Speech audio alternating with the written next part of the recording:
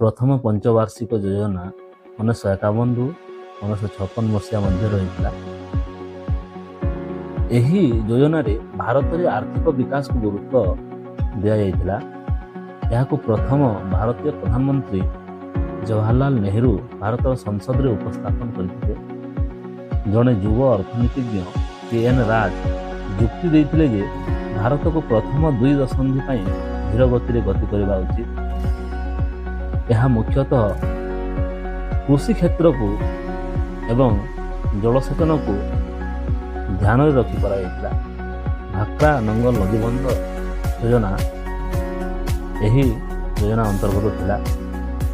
ହାରୁଡ ଡୋମାର model ଉପରେ ଏହି ଯୋଜନା ଆଧାରିତ ଥିଲା।